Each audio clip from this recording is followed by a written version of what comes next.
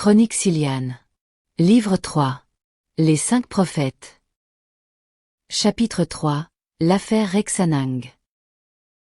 Elibaume Lasdad riait à gorge déployée.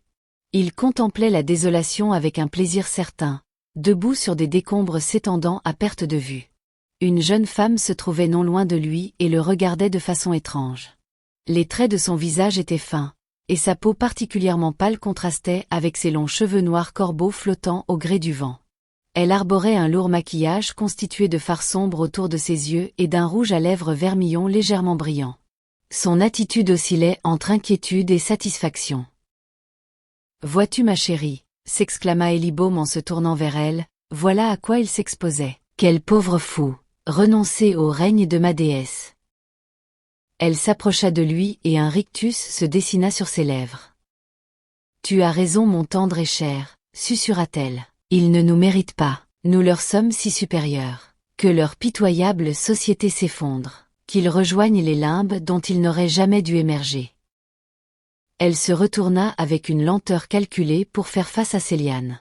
Ses yeux ne montraient maintenant plus qu'un profond dédain et son beau visage se déforma sous l'effet d'une colère montante. « Oh et toi » cracha-t-elle avec rage. « Crois-tu vraiment que tu vas sauver ta précieuse confédération ? Tu n'es qu'un misérable insecte dépassé par les événements. Tu ne sais rien, tu ne comprends rien. Le pouvoir sera bientôt dans nos mains et nous régnerons sur cette galaxie, sur tous ces insignifiants vers de terre qui ne méritent rien d'autre que notre mépris. Ils ramperont devant nous, ils nous admireront, nous vénéreront. Et en ce qui concerne Jade, eh bien, il deviendra ma chose, mon pantin personnel. Je ferai de lui ce que je veux. Te crois-tu de taille face à moi ? Regarde-toi dans une glace. Tu es ridicule, ni belle ni intelligente. Insignifiante. Jade ne peut pas tomber amoureux de toi. Il t'aurait déjà avoué ses sentiments s'il ressentait quelque chose pour toi. L'a-t-il fait ? Non, pauvre idiote. Elle leva une main et gifla Céliane de toutes ses forces. Cette dernière se réveilla alors soudainement sous le coup de cette douleur virtuelle en respirant de façon frénétique, comme si elle commençait à se noyer et qu'elle venait tout juste de rejoindre la surface. Son cœur battait à toute vitesse, elle tremblait, la sueur la recouvrait et pourtant elle se sentait glacée. Elle constata avec surprise que même sortie de son rêve elle continuait toujours d'éprouver la brûlure de cette gifle sur sa joue.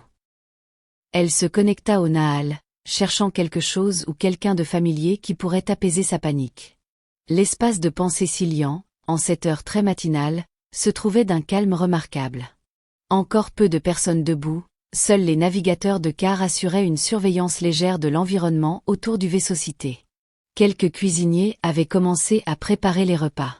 Céliane se focalisa sur eux. Ils épluchaient des fruits et des légumes en discutant de tout et de rien de façon sereine. Les battements de son cœur revinrent peu à peu à la normale. Elle chercha la présence de Jade dans le Nahal, mais ne le trouva pas. Il devait toujours dormir, et son absence fit de nouveau remonter son angoisse. Elle aurait tant aimé lui parler, là, maintenant. Par contre, elle repéra Iridris, qui, comme à son habitude, débutait la journée par son entraînement physique quotidien. « Céliane » fit-elle en sentant l'attention de son ami posée sur elle. « Vous allez bien ?» Elle paraissait avoir perçu le trouble de Céliane. Cette dernière se détendit un peu et émit un vague sourire. « Oui, ça va » affirma-t-elle. « J'ai juste fait un cauchemar très perturbant. Vous souhaitez en parler avec moi ? Non, merci, c'est très gentil, mais je pense que je vais essayer de me rendormir. Vraiment, s'étonna Iridris. Si je puis me permettre, j'aurais tendance à vous conseiller autre chose. Venez me rejoindre. Je pourrais vous fournir quelques bases d'entraînement physique Cilian. Cela ne pourrait pas vous faire de mal. Céliane se mit à rire, surprise par cette proposition inattendue. Je ne suis pas très sportive, vous savez, avoua-t-elle. J'avais remarqué, répliqua Iridris. Et pourtant votre corps a besoin de s'exprimer. Je ne connais rien de mieux, lorsqu'on a des soucis, que de faire une séance de sport assez soutenue. Vous allez générer des endorphines qui vont vous détendre et calmer vos angoisses. Retrouvez-moi, je vous garantis que cela ne vous fera que du bien. Céliane eut une légère hésitation. Il ne s'agissait pas d'une activité qu'elle appréciait, mais d'un autre côté, passer un peu de temps avec Iridris paraissait une excellente solution pour apaiser le malaise qu'elle ressentait. En son fort intérieur, elle admirait beaucoup cette femme qui faisait preuve de calme et de sagesse en toutes circonstances. Elle aurait tant aimé lui ressembler. Elle finit par rejeter les draps de son lit, bien décidée à chasser son cauchemar de la nuit en adoptant l'attitude d'Iridris et en allant la rejoindre. Il était temps pour elle de se prendre un peu en main et d'arrêter d'avoir peur de simples rêves. Et, réveille-toi la marmotte. Gaval avait mal à la tête et ses pensées étaient confuses. Il sentait quelqu'un le secouer et finit par ouvrir les yeux. Alors, tu émerges, oui ou non? Il se tourna vers la source des paroles. Matan Geldé, l'agent rondouillard était penché au-dessus de lui et le regardait d'un air narquois. Le cadet se releva. Il se situait dans le lit qu'il s'était lui-même attribué dans le palais de Rexanang. Dépêche-toi, insista Matan Geldé, Fourque nous attend, va t'habiller vite fait. Il se leva, il se trouvait en pyjama, mais ne se souvenait pas s'être déshabillé ni couché la veille au soir. Malgré tout, il prit sur lui, n'émit aucun commentaire et se dirigea vers la salle de bain avec son uniforme dans les bras. Il s'avança vers le lavabo. Il fit couler un peu d'eau froide dont il s'aspergea le visage, avant de regarder son reflet dans le miroir. Il avait les yeux un peu rouges et les traits tirés. Mais que s'était-il donc passé hier soir? Il se souvenait de la nuit qui était tombée alors qu'il observait Rexanang et Jade terminer leur partie de corps. Jade avait perdu la majorité des 11 manches au grand plaisir d'Eleonor Nang, tout comme Gaval s'y attendait d'ailleurs. Fourque était ensuite arrivé avec Vansir Favel. Il lui avait donné l'ordre de se rendre au réfectoire du personnel afin de prendre le dernier repas de la journée en compagnie de Geldé. Ils s'étaient retrouvés tous les deux attablés au milieu des employés du palais. Geldé avait été lui chercher une assiette chargée de nourriture, ainsi qu'un verre qu'il avait voulu remplir de son alcool mystérieux. Le cadet avait refusé, préférant se contenter de boire de l'eau. L'autre avait fait une moue désapprobatrice, mais n'avait pas insisté. Ils avaient mangé ensemble, en parlant de choses sans aucun intérêt, puis, plus rien. Le trou noir. Aucun souvenir d'être revenu dans la chambrée assignée à l'APC, de s'être déshabillé pour se coucher, rien. Il s'était juste réveillé quelques minutes auparavant avec un mal de tête qui ne semblait pas vouloir passer. Alors, fit Geldé, derrière la porte de la salle de bain. Prêt, on va vraiment se pointer en retard. J'arrive, répondit Gaval. Il soupira et se prépara aussi vite qu'il le pouvait. Il en était sûr, il avait été drogué. Aucun doute possible. Il sortit de la petite pièce peu de temps après. Viens, on doit y aller, déclara Geldé en se dirigeant vers la porte sas de la chambre. Fourque ne va pas être heureux. Il ne fit aucun commentaire et se contenta de suivre l'agent dans le labyrinthe des couloirs du palais tout en jetant un œil sur l'heure donnée par son Orcom. 6 heures du matin. Ils arrivèrent dans ce que Gaval avait appelé la veille le « salon rouge », au bout de plusieurs minutes. Au moment de pénétrer dans l'endroit, le cadet comprit que quelque chose n'allait pas. Les tentures écarlates se trouvaient rabattues devant les grandes fenêtres, empêchant les premières lueurs du jour de s'introduire dans la pièce. La lumière tamisée, fournie par quelques lampes, donnait un aspect feutré à l'endroit. Beaucoup de monde se situait là. Bien sûr, il y avait Fourque et Favel, mais ils n'étaient pas seuls. 4 miliciens en armes montaient la garde, l'homme du nom de Jade, présent lui aussi, affichait une mine maussade, et pour finir, Eleonor Nang en pleurs, murmurait des paroles inintelligibles. Au centre du salon, Nitan, la chef de la sécurité se trouvait accroupie auprès du corps inanimé de Rexanang. C'est alors que Gaval comprit la situation. Le dirigeant du conglomérat d'Arod venait d'être tué. Le choc termina de le réveiller et tous ses sens se mirent aussitôt en éveil. Il observa la scène avec attention afin de la graver dans son esprit. Les 4 miliciens au garde-à-vous ne montraient aucun signe d'émotion. Ils faisaient le travail qu'on leur avait attribué comme à leur habitude, garder les lieux. Non loin, Fourque et Favel regardaient Nitan toujours accroupi auprès du corps. Aucun des deux ne paraissait affecté par le meurtre. Au contraire, le sergent contemplait la situation avec ce qui semblait être un certain détachement. Pourtant, ils devaient comprendre que la mission pour laquelle ils avaient été assignés ici avait échoué de façon lamentable. Quelque chose clochait. Gaval reporta son attention sur Jade. Ce dernier affichait une mine bien sombre. Lui aussi regardait Nitan, les sourcils froncés, les bras croisés, il rongeait son frein. Il n'accordait plus aucune importance à Madame Éléonore qui pleurait à côté de lui, cherchant de manière visible son soutien, mais sans l'obtenir. Si jamais ce Jade était responsable de la mort de Rexanang, il n'en montrait aucune satisfaction, bien au contraire. Il ne s'agit pas de lui, pensa le cadet. Ce type n'est pas venu là pour tuer, mais plutôt pour enquêter. Une autre section de l'APC? Quelqu'un effacé de la base de données pour mieux passer inaperçu? Une sorte d'agent secret? Le problème, c'est qu'à ma connaissance, il n'existe aucune faction de l'APC qui fonctionne de cette manière. À moins que seule une poignée de gens ne soit dans la confidence et que cette faction tire les ficelles dans l'ombre au sein de la Confédération. Et cela n'augurerait rien de bon. Ne trouvant pas de réponse, il examina Madame Nang. Elle continuait de pleurer, mais en y regardant de plus près, elle en faisait un peu trop. Ses larmes ressemblaient plus à du cinéma qu'à autre chose. À un moment donné, elle passa le dos de sa main sur son front et fit mine de vaciller sur ses pieds tout en observant Jade du coin de l'œil. Ce dernier n'accorda aucun intérêt à cette tentative d'évanouissement. Frustrée, elle reprit soudainement son équilibre et se contenta de continuer à pleurer. Au final, Gaval reporta son attention sur Nitan. Elle avait presque terminé de faire les premières constatations. Son visage était fermé, et lorsqu'elle se releva, elle fit face à Fourque. A priori, il s'est donné la mort par pendaison, expliqua-t-elle. Je ne vois aucune trace de lutte. Bien, fit le sergent, je vais contacter mes supérieurs. Il tourna les talons, accompagné de ses deux agents, tandis que le cadet s'approchait de la chef de la sécurité. Il s'est suicidé, lui murmura-t-il. C'est ce que vous pensez au fond de vous? Nitan soupira. Elle pointa du doigt une des poutres du plafond duquel pendait une corde épaisse. Nous l'avons retrouvé suspendu là, dit-elle. Une chaise renversée non loin, continua-t-elle en montrant l'objet. Vous acceptez que j'observe Monsieur Nang? Demanda Gaval. Allez-y, susurra-t-elle. Visiblement, vous avez plus de conscience professionnelle que votre patron, ajouta-t-elle plus bas. Ils s'accroupirent tous les deux auprès du corps. Fourque n'a même pas daigné effectuer les constatations d'usage, murmura-t-elle à l'intention du cadet. Ce dernier ne répondit rien et se contenta d'ouvrir le col de Rexanang. Il portait une sorte d'habit de nuit en soie, très haut de gamme, qui ne montrait aucun accroc particulier dans le tissu. Gaval vérifia la température du corps, il était encore tiède. Il examina les traces faites par la corde au niveau du cou, avant de chercher des signes de blessure ou de liens sur les bras, les poignets et les chevilles, mais sans rien trouver de spécial.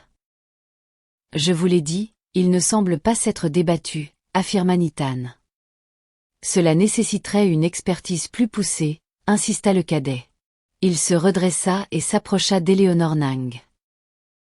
Madame, dit-il, il faudrait que vous nous fournissiez votre accord afin que nous réalisions une autopsie sur votre mari. Quoi? S'exclama-t-elle. Mais c'est hors de question. Mon époux s'est donné la mort, et vous voulez, en plus, profaner son corps? Madame, avec tout le respect que je vous dois, rien n'indique qu'il s'agisse effectivement d'un suicide. Pardon, explosa-t-elle, maintenant en colère alors que quelques instants plus tôt elle semblait la plus éplorée des veuves de la galaxie. Notre chef vient de dire que mon mari s'était pendu. J'ai une confiance totale en son jugement. Il est mort, maintenant, laissez-nous, il n'y aura pas d'autopsie. Elle tourna les talons et quitta la pièce, tandis que Jade observait le cadet avec un certain intérêt. Leurs regards se croisèrent pendant une minuscule petite seconde et Gaval eut de nouveau l'impression que l'homme n'était décidément pas ce qu'il prétendait. Avant qu'il ne parte à son tour, Jade le frôla de l'épaule et lui murmura quelque chose de manière discrète. Effectuer une analyse toxicologique. Dans le salon, il ne restait plus que les 4 gardes, Nitan qui était en train de donner des ordres en utilisant un émetteur radio interne à la milice afin d'évacuer le corps, et Gaval. Il s'approcha de la chef de la sécurité et s'adressa à elle suffisamment bas pour que personne d'autre ne puisse l'entendre. « Acceptez-vous que je prélève un peu de sang sur Monsieur Nang ?» demanda-t-il. Elle le regarda étrangement mi-étonnée, mi-choquée. « Madame Nang n'a pas fourni son accord, commença-t-elle. « Juste entre nous, coupa-t-il. « Vous savez qu'il ne s'est pas suicidé, insista-t-il. Il s'agit d'un meurtre déguisé. Nitan soupira. Faites vite, finit-elle par dire en jetant un œil autour d'eux. Gaval s'accroupit de nouveau. Il n'avait pas l'équipement pour réaliser le prélèvement, il dut donc se révéler un tout petit peu créatif. Il s'empara du petit rectangle métallique argenté qui affichait son immatriculation et s'en servit pour effectuer une minuscule coupure au niveau du bras de Nang. « Avez-vous un tissu propre à me donner ?» demanda-t-il à Nitan. Elle sortit un mouchoir blanc immaculé d'une de ses poches. « Il est totalement propre, affirma-t-elle. « Parfait, coupez-le en deux, ajouta-t-il pris d'une soudaine inspiration. Elle fut étonnée, mais ne réalisa aucune remarque et déchira le bout de tissu d'un geste ferme. Il s'empara des deux morceaux.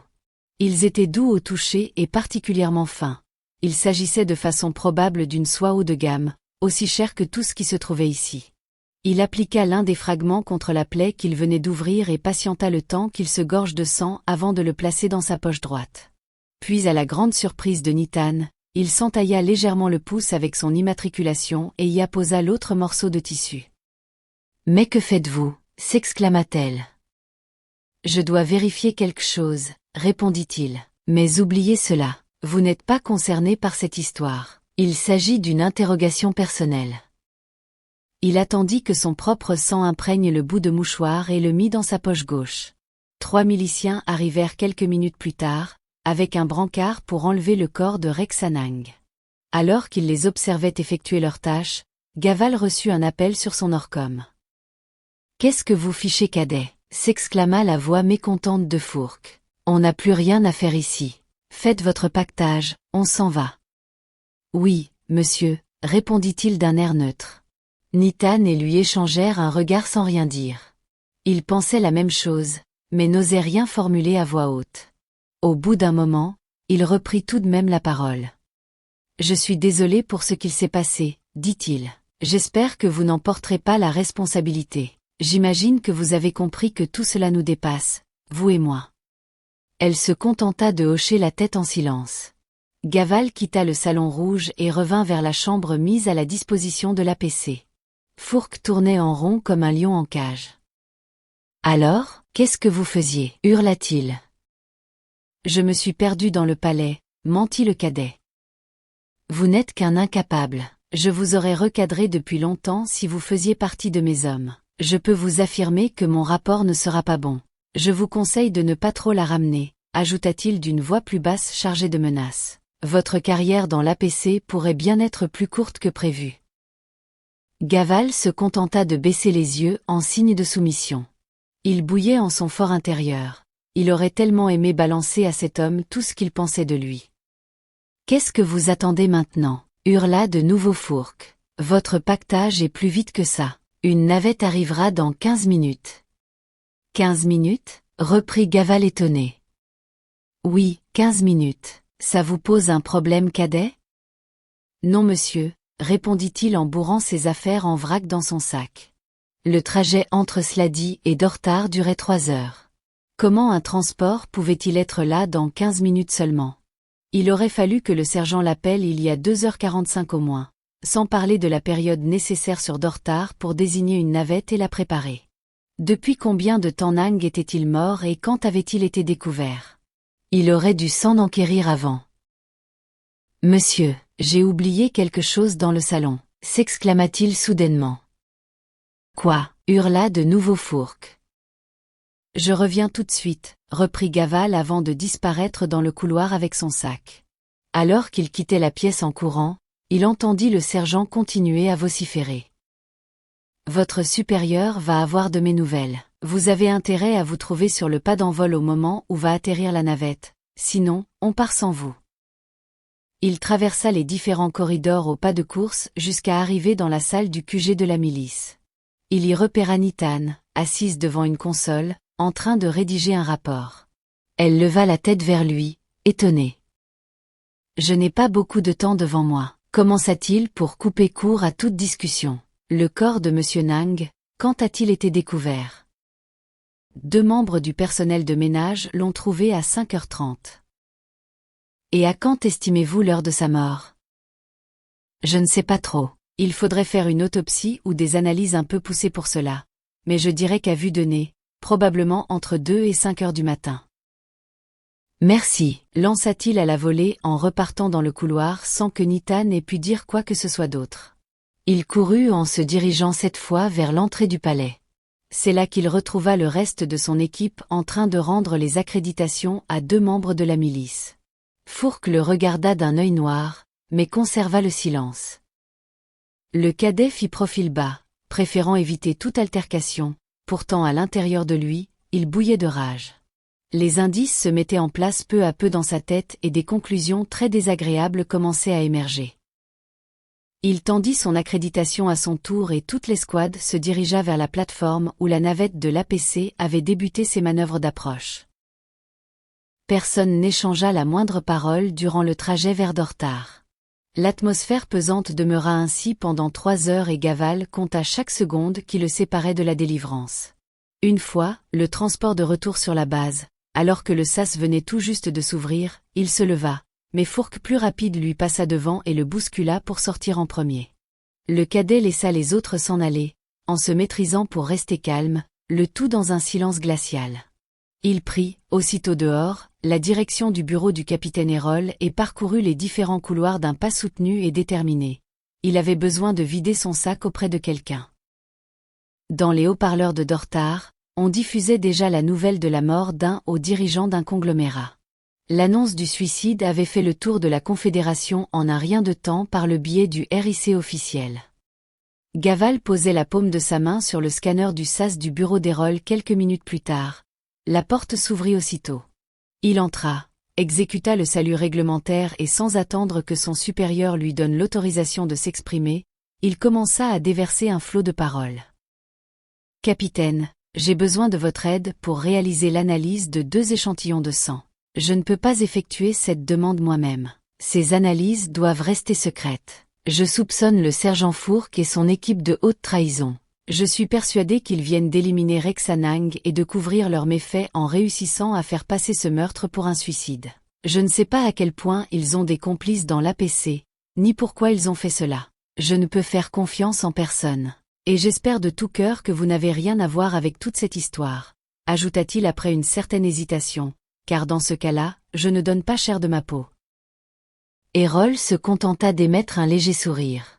Votre attitude a bien changé en 48 petites heures, constata-t-il. Et dire qu'avant-hier vous étiez choqué par ma demande d'observer les agissements de Fourque et de son équipe, 3 agents assermentés de l'APC. J'ai fait ce que vous m'aviez dit. Je les ai étudiés et j'ai noté plusieurs indices qui pointent de manière directe vers eux. Je suis persuadé d'avoir raison. Capitaine, est-il possible d'effectuer ces analyses sans que cela ne se sache de façon officielle? Expliquez-moi déjà à qui ils appartiennent. L'un est un échantillon de sang de Rexanang. Je l'ai pris de façon officieuse, sans l'accord de qui que ce soit. L'autre est un échantillon de mon propre sang. Hérol haussa les sourcils. Le vôtre, je ne comprends pas. Pourquoi voulez-vous l'analyser? Je suis sûr d'avoir été drogué par l'équipe de Fourque. J'espère retrouver des traces de cette drogue. Je suis aussi persuadé qu'on devrait repérer des marqueurs similaires dans celui de Rexanang. Peut-être pas dans les mêmes proportions par contre. Hérol regarda Gaval avec insistance pendant plusieurs secondes. Donnez-moi tout ça, je sais à qui les apporter. Sénègue. Vous allez m'écrire en attendant un rapport sur votre mission. Il devra s'agir d'un rapport officiel dans lequel vous ne mentionnerez que le strict minimum. Vous n'y ferez apparaître aucun de vos soupçons, ne parlerez pas de l'existence de ces échantillons de sang et appuierez la thèse du suicide sans laisser le moindre doute. Pour ce qui est du reste, vous allez tout me dire ici et maintenant. Je veux tous les détails sans restriction, et cela va demeurer entre nous. Gaval acquiesça, donna les 2 bouts de mouchoir en spécifiant bien à qui chacun appartenait et commença à relater sa journée d'hier, ainsi que sa matinée. Il essaya de penser à chaque point, même le plus insignifiant, sur les agissements de Fourque et de son équipe, puis décrivit dans la foulée Jade avec précision, tout en partageant ses soupçons quant à sa nature réelle. Cette dernière information fit tiquer son supérieur. Il n'existe aucun service dit « secret » dans notre confédération, du moins à ma connaissance, affirma-t-il. Quant à notre base de données, tous les citoyens y sont répertoriés, sans aucune exception. Pourtant celui-ci n'y est pas, répliqua Gaval en allumant son Orcom et en montrant la photo qu'il avait prise. Voilà qui est étrange, murmura Errol. Partagez-moi cette photo sur mon Orcom, dit-il en tendant le bras. Je vais enquêter de mon côté en passant par des biais non officiels. Vous êtes certain que cet homme ne peut pas être le meurtrier? Je ne pense pas, capitaine. Il avait l'air contrarié et cela ne ressemblait pas à une simple façade. De plus, c'est lui qui m'a fourni l'idée de l'analyse. Il souhaitait me donner un coup de main. J'en suis persuadé. Voilà qui est étrange. S'il fait vraiment partie d'une organisation secrète, pourquoi vouloir aider l'APC? Je ne sais pas, monsieur. Errol ne dit rien pendant plusieurs secondes et se contenta d'observer la photo de Jade qu'il possédait maintenant sur son Orcom. Cadet, dit-il au bout d'un moment, allez faire votre rapport officiel. Je vais m'occuper du reste. Je vous contacterai plus tard quand j'aurai plus d'éléments. Bien monsieur, fit Gaval. Il effectua le salut réglementaire, puis tourna les talons. De nouveau dans les couloirs de la base, il prit une profonde inspiration. Avoir tout raconté lui avait fait du bien. Il se rendait maintenant compte à quel point toute cette histoire l'avait mis mal à l'aise. Cela avait été comme un poids au niveau de l'estomac qui venait de partiellement s'estomper. À propos d'estomac, il sentait une certaine faim commencer à poindre. Il se dirigea vers le réfectoire pour y manger de façon convenable avant d'aller faire son rapport écrit, dit officiel, celui qui allait rester dans les archives de l'APC. Quand il eut terminé, et après l'avoir relu 2 fois pour s'assurer que cela correspondait bien à ce que souhaitait son supérieur, il partit faire un peu de sport en attendant l'appel d'Errol. Il avait encore besoin d'évacuer de la tension. Ce n'est qu'en fin d'après-midi qu'il reçut la demande de son chef de venir le rejoindre, non pas dans son bureau, mais dans une salle de réunion exiguë dont il fournissait les coordonnées dans son message. Gaval s'y rendit rapidement. Cette pièce ressemblait à celle qu'il avait vue quelques jours plus tôt quand il avait été interpellé sur la mort de Tyndare.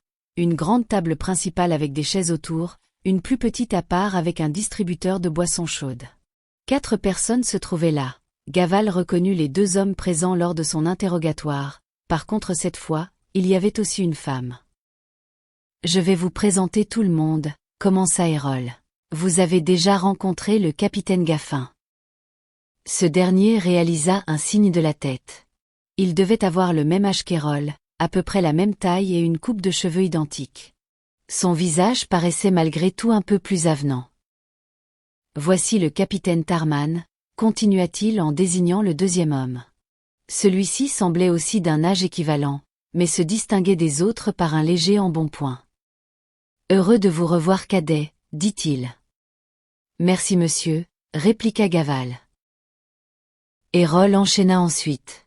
Je vous présente le commandant Miss Bay, dit-il en indiquant la femme. Elle a réalisé les analyses de sang. Elle dirige la section scientifique de Dortar. Cadet, fit-elle avec un faible signe de tête.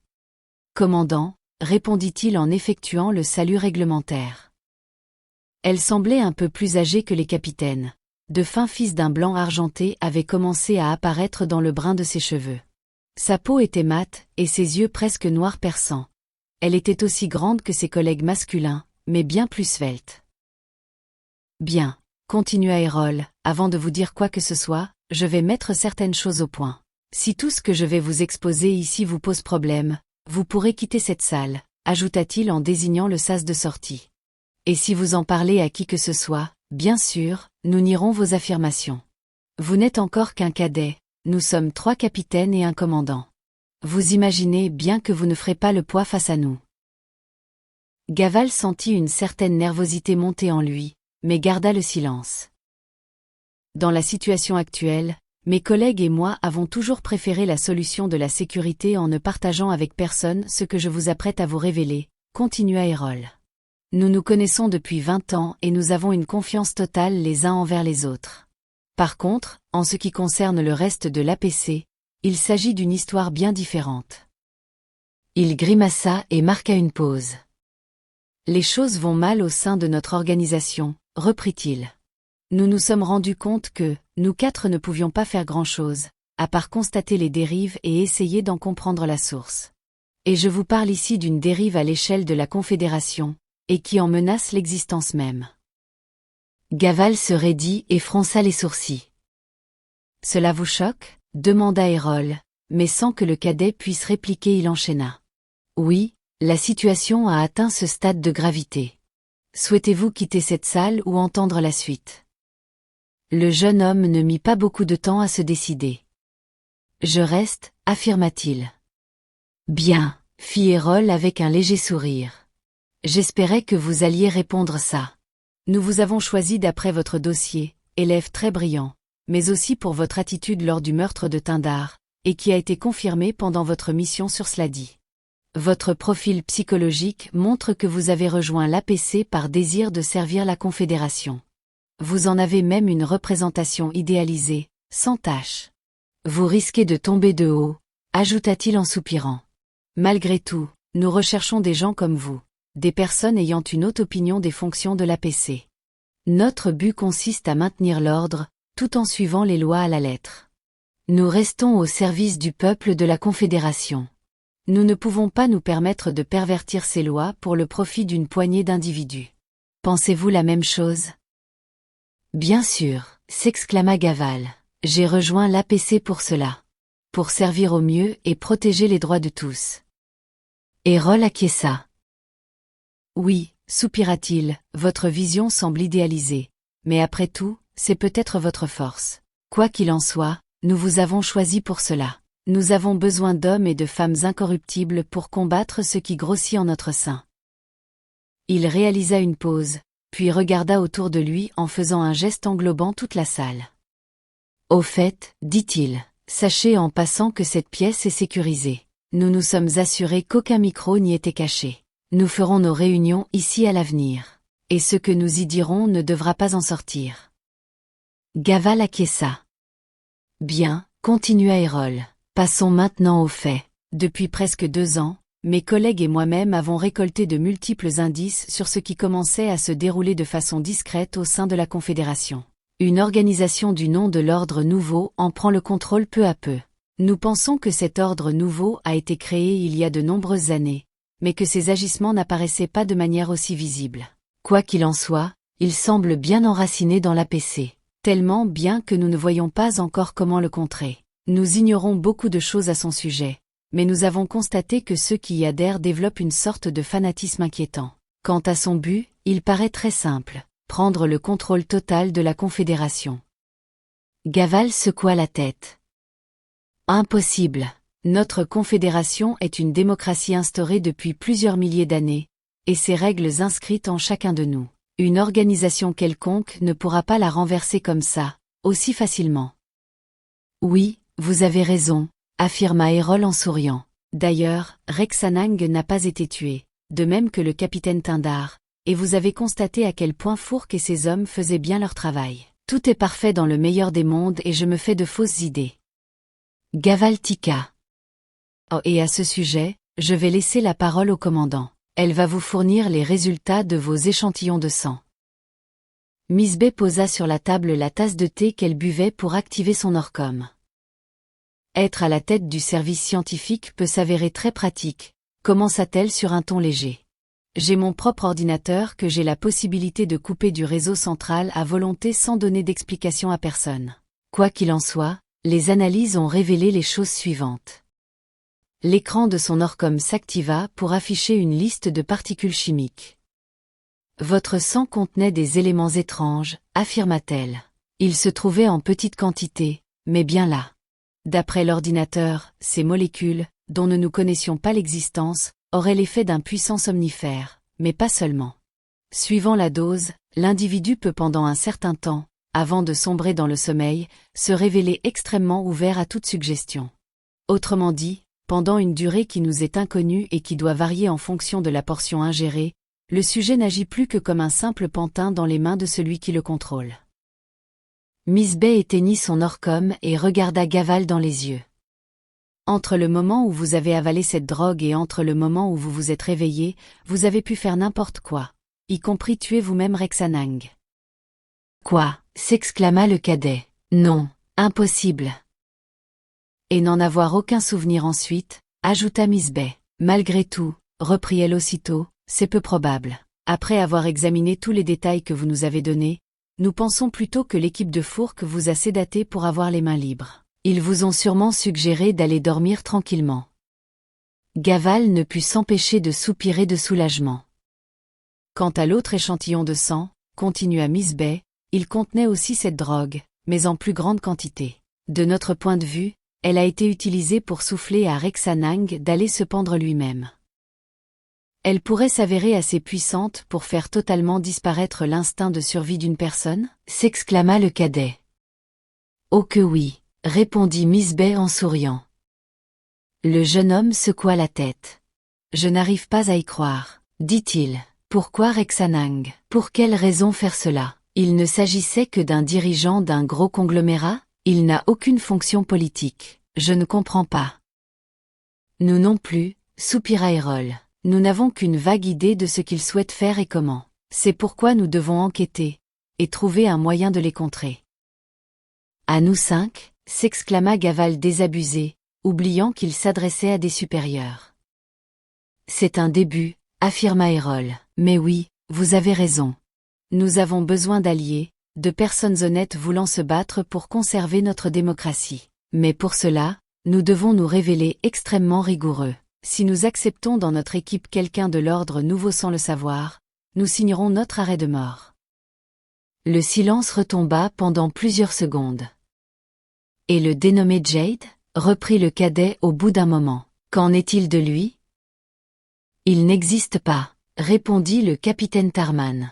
Aucune trace de sa présence dans notre confédération. Vous pensez que l'ordre nouveau pourrait effacer quelqu'un de notre base de données? Demanda Gaval. Vous ne m'avez pas bien compris, Sénègue, répliqua Tarman. Il n'a pas été effacé, il n'est jamais entré dans la base de données. Et, non, l'ordre nouveau n'aurait probablement pas été capable de faire une telle chose. Nous avons encore quelques institutions qui fonctionnent bien. Mais alors? Comme vous dites, mais alors, comment cela peut-il se révéler possible? Nous ne pouvons envisager qu'une seule solution. Il existe une troisième force dans ce bras de fer qui nous attend. Une troisième force dont nous ignorons absolument tout. Ami ou ennemi, impossible de le savoir. Gaval secoua la tête. Pas ennemi en tout cas, dit-il. Il a eu l'air de vouloir m'aider. Alors dans ce cas, il faut en apprendre plus sur ce mystérieux Jade, et le convaincre de se ranger de notre côté. Ce qui ne va pas se révéler simple, car nous ne connaissons rien de lui, et que nous ne possédons aucun moyen de le contacter. Le silence retomba de nouveau. Bien, reprit Errol. Madame, messieurs, il est temps de mettre fin à cette réunion. Cadet Sénègue, retrouvez-moi dans mon bureau demain matin. Je vous donnerai une nouvelle mission, classique cette fois, afin de ne pas attirer l'attention. Nous devons nous fondre dans la masse et éviter de nous faire remarquer. Oui, monsieur. Ils sortirent un à un de la salle. Gaval retourna directement dans ses quartiers, la boule au ventre. Jamais il n'aurait imaginé ainsi sa carrière au sein de l'APC. Le ciel sombre zébré d'éclairs menaçait de se déchaîner et pourtant il ne pleuvait pas. Céliane regarda tout autour d'elle. De gigantesques bâtiments montaient presque jusqu'aux nuages d'un gris anthracite profond. Elle se situait dans une rue confédérée, mais seule. Aucun autre être vivant aux alentours. Le paysage, ainsi que l'atmosphère, était pesant, tandis qu'un silence irréel régnait uniquement brisé par les grondements d'un tonnerre lointain. Un sifflement strident se produisit quelque part. Céliane se retourna. La reine des innommables se tenait là, ses énormes mandibules s'agitant avec frénésie. La jeune femme recula avec précipitation, et heurta un débris qui se trouvait au sol. Elle trébucha et tomba en arrière en s'éraflant sur de grosses pierres affûtées. Allongée de tout son long, elle vit avec horreur la gigantesque insecte s'approcher et se pencher au-dessus d'elle. Son cœur battait la chamade, totalement terrorisé par la créature. La reine se mit à alors émettre plusieurs stridulations en fixant l'humaine de ses yeux à facettes. « Vous pas échapper à votre destin, dit-elle dans son langage étrange. Regardez. Elle pointa une patte vers le ciel. Un petit vaisseau volait rapidement en direction du sol. Non, il ne volait pas. Il était en train de s'écraser. Céliane l'observa, puis en vit un autre un peu plus loin, et encore un autre. Bientôt, Elle nota la présence de plus d'une dizaine d'engins qui tombaient ainsi. De toute taille, de toute forme, ils s'abattaient, les uns après les autres, percutant la terre dans d'immenses explosions de flammes. La reine siffla de nouveau. « Humain pas aimé humain », affirma-t-elle. « Vous drôle de race, comment vous atteindre ce niveau de technologie, alors que vous passez tant à vous entretuer?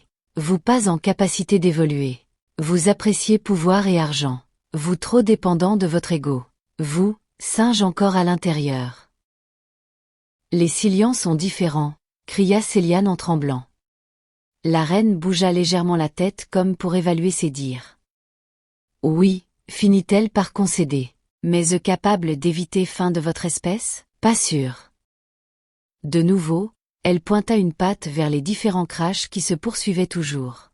« Qu'est-ce qui se passe? » murmura Céliane. « Pourquoi s'écrasent-ils tous au sol ?» L'insecte se pencha encore plus vers elle, si bien que la Siliane ne voyait plus qu'elle et ses énormes yeux à facettes. Plus de direction à suivre, siffla l'innommable. Vous abandonnez les vôtres, vous fuir loin, eux pas pouvoir s'en sortir sans aide, eux tous mourir. Non, hurla Céliane. Elle rouvrit les yeux de façon brusque pour constater qu'elle se trouvait dans son lit. Encore un cauchemar. Elle tremblait de tous ses membres, et semblait incapable de retrouver son calme.